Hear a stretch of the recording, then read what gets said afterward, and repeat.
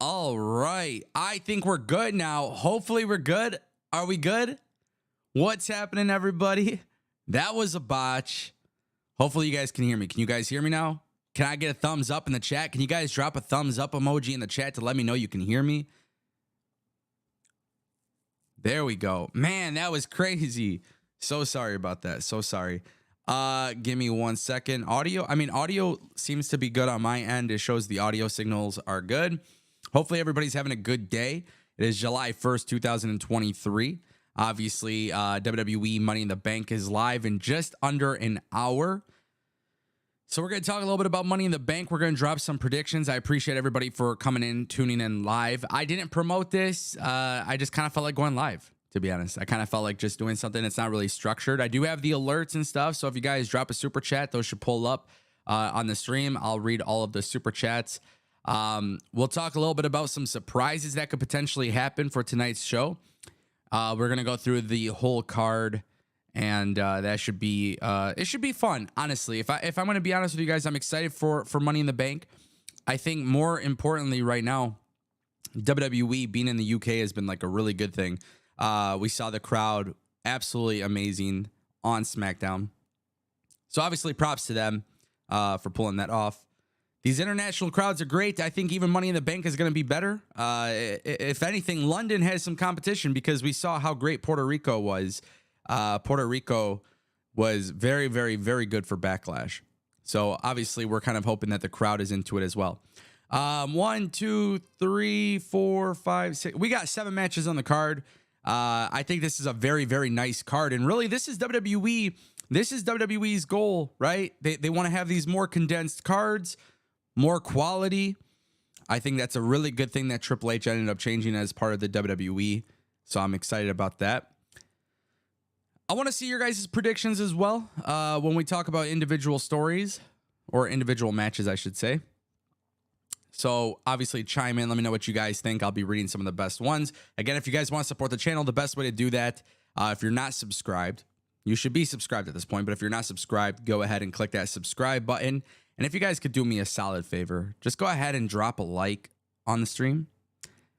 With that being said, I don't want to talk anymore about anything else other than the card, and we're going to kick things off with the Intercontinental Championship. Gunther versus Matt Riddle for the Intercontinental Championship.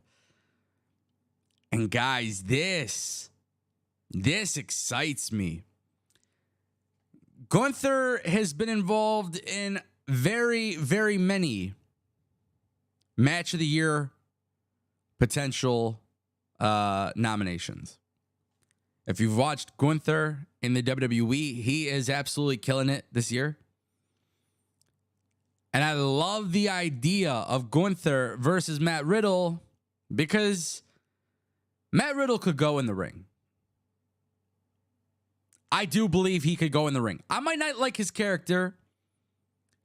I might not be interested in everything he does, you know, backstage wise, you know, with his character and stuff like that, the segments, the talking. It's just not for me, right? I don't really resonate with that character. But that's okay. Because Matt Riddle could go in the ring. There's obviously a story here that's been playing out. We've seen it come to fruition. And now Matt Riddle will go up against Gunther. Now, I could be wrong. But I think Gunther is winning here. Now, the reason why I say I could be wrong is because it's the predictable answer. I think everybody believes Gunther should win and is winning. But it's Money in the Bank, right? It's the London crowd. Does WWE want to shock everybody and have Riddle win? It's not like Riddle is not... It's not like he's a low card guy. My prediction is Gunther. 100%. I don't believe WWE will go away from picking Gunther here. I think they want him to set the history-making reign. I don't think we see him drop the belt until later this fall or maybe even winter. But with that being said, this is going to be, in my opinion, it's probably going to be a lengthy match. And Riddle and Gunther are going to probably have match of the night quality type of stuff. Maybe even match of the year. Again, Whether you personally like or dislike these guys, that's up to you to decide. But in terms of quality, these guys bring very good quality to their matches. These two should be very, very, very solid in the ring. So if that's the case, and Riddle and Gunther have a massive match, 10 stars for Ango. If they go off like I think they could, then tonight is the night where you have Riddle officially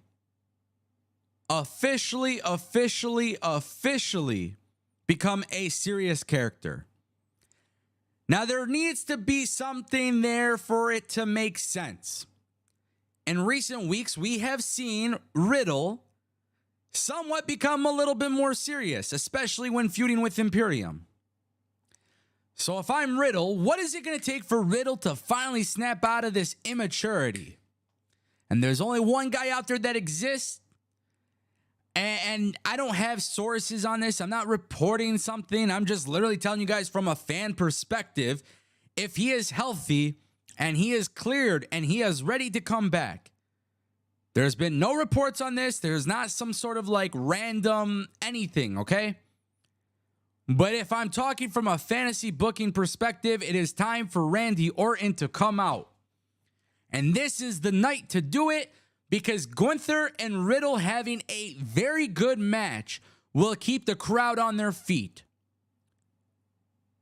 But the beauty of that is if you have Randy Orton save Riddle from a post-match beatdown from Imperium, and Randy Orton makes the save, he's going to have to RKO Gunther. He's going to have to hit Ludwig. But he's got to hit the RKO on Riddle. He's got to do it. And then if you're the WWE, on July 3rd, live on Raw, Matt Riddle should go chaotic, pissed off, attack Randy Orton. I would have Randy Orton open Raw and have Riddle attack him right off the bat. Start the show with chaos, because this will do two things. One, Gunther gets to keep the belt. Two, Gunther looks very good. Three, Riddle's going to look really good by naturally being in this high-profile match. But four, you get Randy's return. You don't need Randy in the world title picture just yet. You don't have to book Randy Orton in a feud where he has to lose. He can beat Riddle. It's not a big deal. You allow Randy to go heel. Use that to be the stepping stone to something greater. But then if you're the WWE, you benefit Riddle out of this as well, because people will take him a little bit more serious. And I think if you're the WWE and you decide to go that route, if you get people bought into a more serious Riddle, that could be the thing that truly propels him into a brighter future. I think WWE naturally is high on Riddle. This guy is an entertainer. He's good at what he does. Now, there's reports and stuff that's talked about Riddle from behind the scenes that has nothing to do with what he's doing on the show, and I think a lot of people judge him for that. But if I'm judging strictly off of how they've handled his booking, how he's been involved, how he's talented, I can say that Riddle is a good talent in the WWE.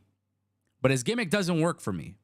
And I think a lot of people are kind of like, they like the fun, over-the-top immaturity gimmick, and then they kind of like, they want a more serious version of him. This is the way to do it, and if they do it, I think everybody benefits from it. I think if they do it tonight and you have Randy Orton out there, it solves for the fact that you didn't get a title change. Because you got to keep in mind that that is the only championship match aside from the Women's Tag Team Championship. And that leads us to the next match. We have Ronda Rousey versus Shayna Baszler versus Raquel Rodriguez and Liv Morgan. And look, I'm going to just be honest with you guys. WWE has improved pretty well with the women's tag team division. For what it's worth, at least it's on TV every week. At least there's a story there. Okay? I ain't going to sit here and act like it's the greatest booking. I'm not going to sit here. But they actually are utilizing it. And for a very long time, these belts didn't mean shit. That's just the reality, okay? That's just the reality. So you might be shocked to hear this. But Ronda Rousey and Shayna Baszler, in my opinion, are losing this match. I for sure believe they're losing this match.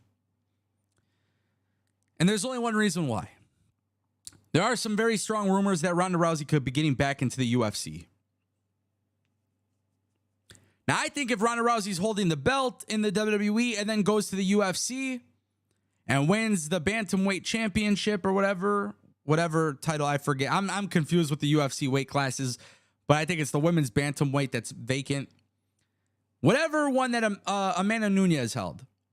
If Ronda Rousey were to go for that vacant belt and WWE has her in a situation where she wins the UFC championship, she could be technically holding the Women's Tag Team Championship and the UFC Women's Tag Team Championship belt. But mark my words, if Rousey's going to the UFC, I don't think Ronda Rousey will be doing television for a minute for WWE. And I want to throw this out there. You might call me crazy, to be honest. And trust me, I'm not trying to sound crazy when I tell you this. Ronda Rousey and Shayna Baszler should lose the titles. Liv Morgan and Raquel should win the titles. Okay? Have them win. If Rousey goes back to the UFC, obviously she's not leaving WWE, but she would have to take a break. That's my guess. That's my assumption. I could be wrong, but my assumption is she'll be too busy with training camp, getting back into the UFC. And if Ronda Rousey could actually win a UFC championship prior to the WWE Royal Rumble or WrestleMania, I would fully expect WWE to put a women's championship belt on Ronda Rousey's waist so that way she could bring the UFC championship to WWE. And it makes a lot of sense considering Endeavor, WWE, and UFC are all together. Now, the thing is, if I'm the WWE, I can understand how that makes a lot of sense. In a perfect world, Ronda would have to return to the UFC. She would have to win. That's how I would look at it. With that being said, take my fantasy booking out of the equation. Ronda Rousey and Shayna Baszler should be women's tag team champions, or they should feud with each other and have a very big time singles feud. That's how I look at it. That's how I look at it. What's up, Jim? How you doing, man? So yeah, either way, this is going to be very interesting. This is probably going to be the shorter match the entire night. I don't think this match will go on long, but who knows? It's 7 matches. WWE should give everybody a little bit of time. I think this is going to be a fun match, but I don't have... It would have been nice, right? You got some other women's tag teams that can wrestle really well. It would have been nice for them to maybe do a multi-women's tag team championship. I don't know. But hey, at least the women's tag team championship belts are on a pay-per-view, right? That's how I look at it. The next match that we have is the women's Money in the Bank ladder match. We got Zelina Vega versus Bayley versus Io Sky versus Trish Stratus versus Zoe Stark versus Becky Lynch. There were some rumors today that came out from PW Insider that potentially Charlotte might replace Zelina Vega. Look, I'm going to be honest with you guys. I don't really care who wins this match. I said it. I don't care who wins this match. There's not one person that wins this match where I feel like it's the wrong booking decision. So if Zelina Vega's pulled out or if Charlotte's entered into the match, I don't care. I recently discovered that the women have never had a failed cash-in. And this is the time where they do it. I strongly believe that WWE, whoever wins the women's Money in the Bank ladder match, I think whoever wins this will have a failed cash-in. And because it would be in the history books as the first failed cash-in, I wouldn't want to see Zelina Vega, Io Sky, or Zoe Stark have that taken away from them. I don't want them to have their name engraved in the history books as the first lady to win women's Money in the Bank and fail the cash-in. Now, in the sense that it's Bayley, Trish Stratus, or Becky Lynch, or Charlotte, I'd be okay with it. And there's actually a scenario There is a scenario where Charlotte actually winning could be the right thing, because Charlotte winning, trying to cash in on Asuka, with Bianca Belair screwing over Charlotte, officially going heel, that could be something I'm bought into. So the reality is this. Io Sky can get Asuka without the Money in the Bank. Any of these other women can get to a women's championship without Money in the Bank. It's okay to have somebody fail the cash in. And if you want to do Becky Lynch and fail the cash in on Rhea, it just cements Rhea Ripley as a greater champion. But I want to see a failed cash in from the women this time. It hasn't happened yet. And let's use this to propel a very good, strong storyline for the summer, for the rest of the year. So no, I don't want Io Sky winning, because if it's a failed cash in, then I want Io Sky versus Asuka at SummerSlam. I want Io Sky to get the women's championship from a singles feud, not because she just cashed in. This is probably going to be a fun match. I can't wait to see actually what happens here. I'm not going to lie. This is the match to me where I'm very excited to see what happens, because you got the young cats coming out who are like relatively new. You got them in a situation where you're trying to get them over to a whole different level. And then you have some very notable names. You got Becky Lynch, Trish Stratus. You got Bayley. What about Bayley versus Io Sky? What about Damage Control? Like, these are things that you got to think about. That's the thing that I absolutely love about this match. I feel like whoever is producing this match is going to have something special up their sleeve. And if you want to give it to Charlotte, it's okay. Just have her fail the cash in. Turn Bianca heel, and nobody else is impacted by it.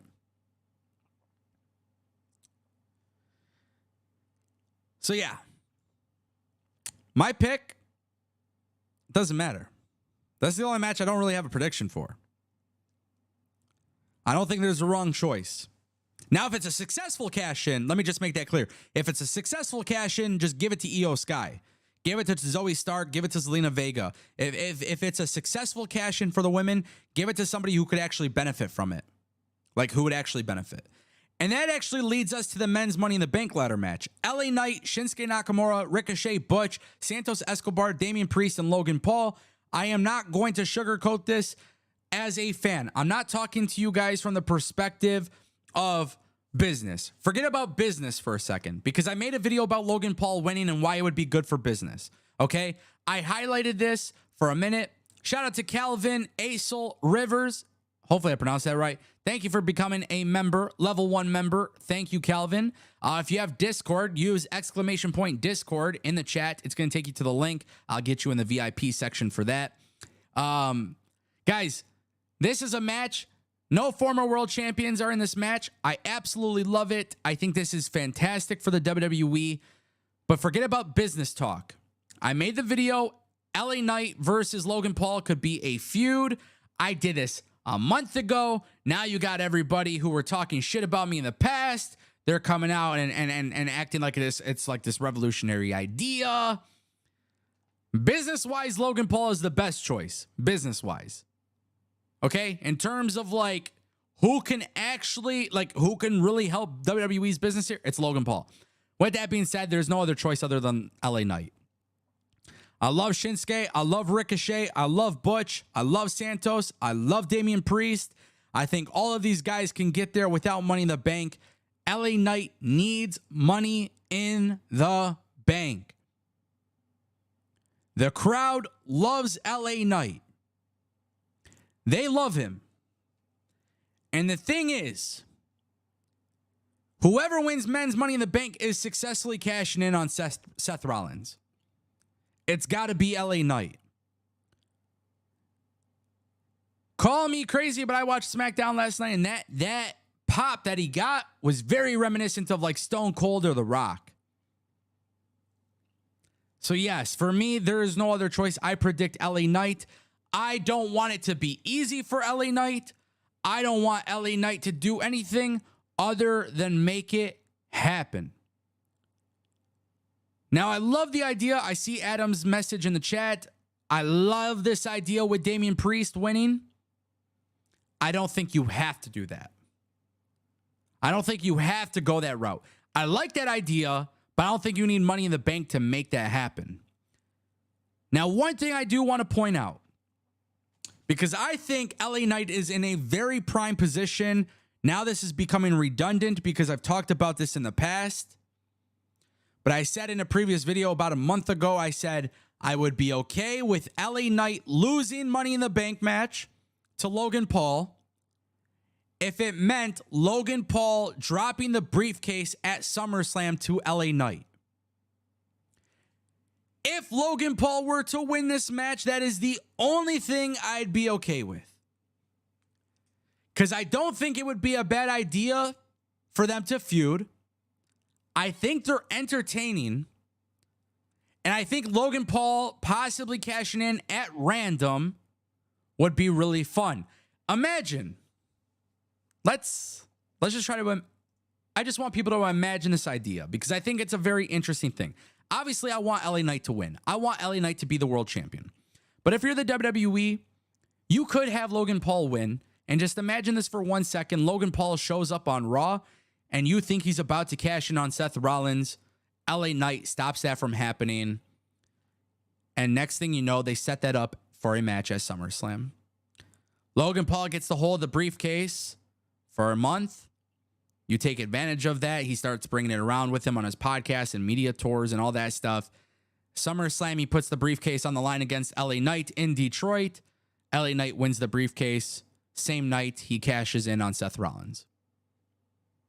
And I think that right there could be a benefit. So I know a lot of people, if they see Logan Paul win at Money in the Bank, they would be upset.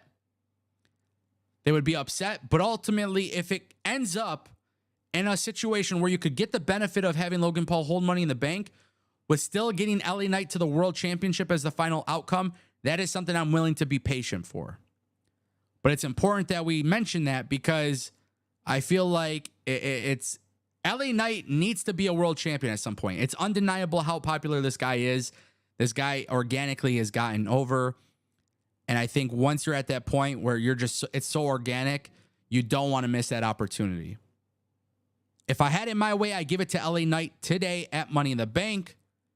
But if they want to take advantage of Logan Paul's popularity, there is a solution to that where Logan Paul could eventually lose the briefcase.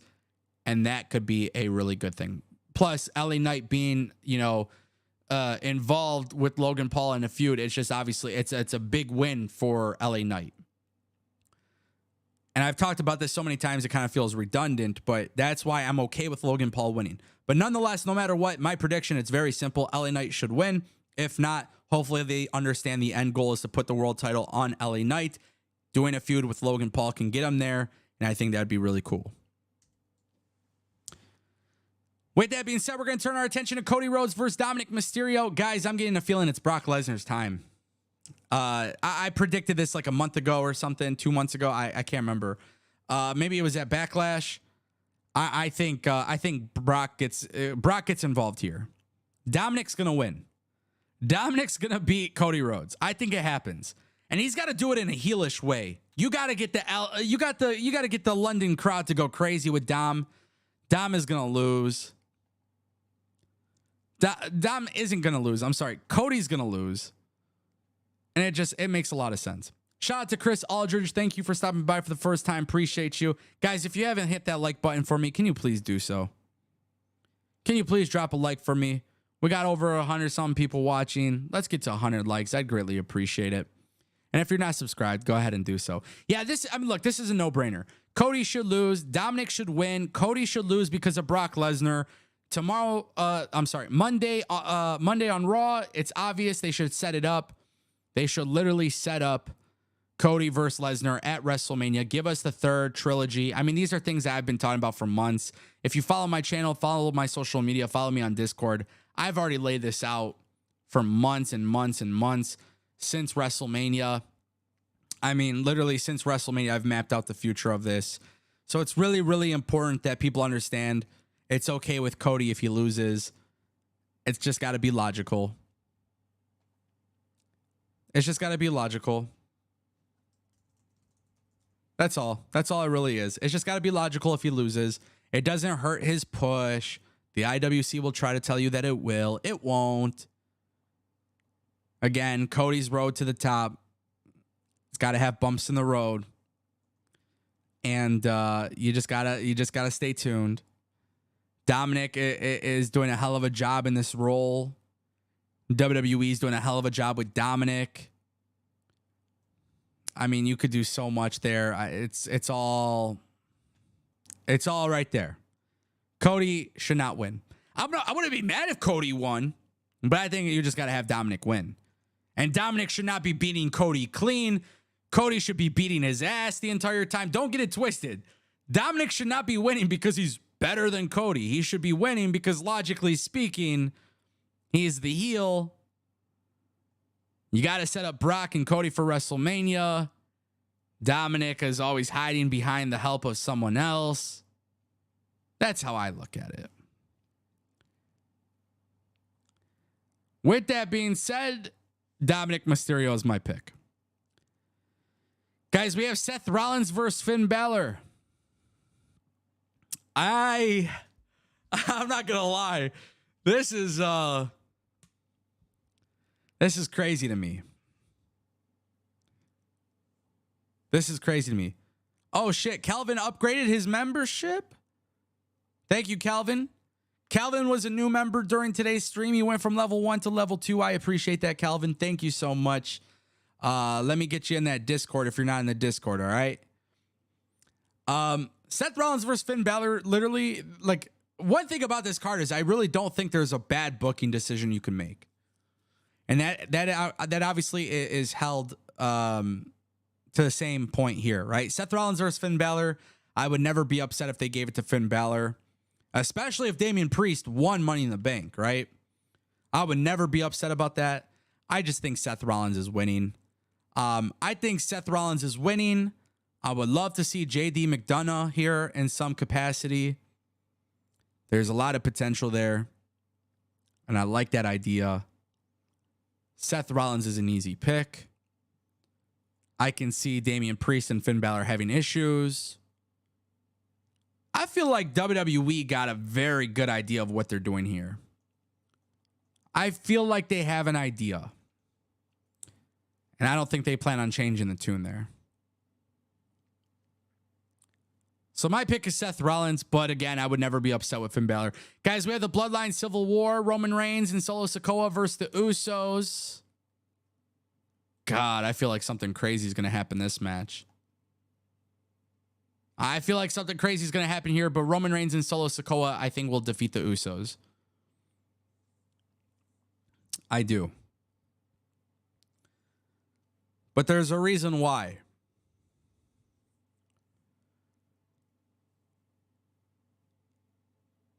I think Roman and Solo need the win.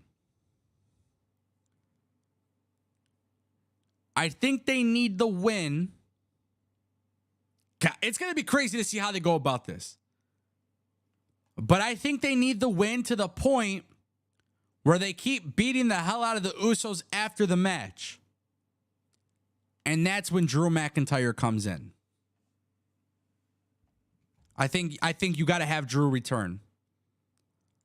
I know I just seen Chester's point in the chat. Rollins retains, Drew returns and attacks Rollins.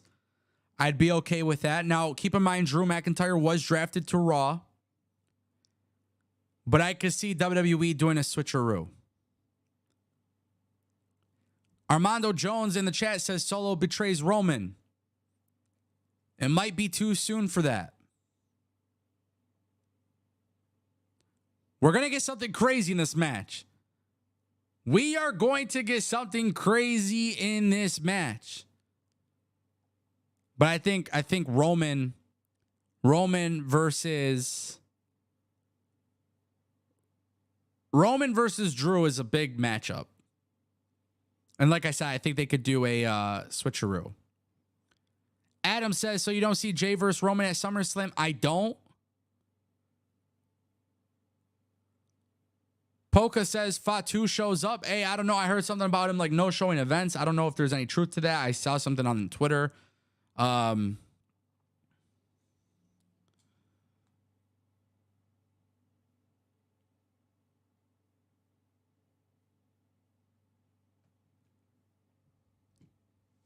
We never had Roman versus Jimmy. I think that's a potential match too.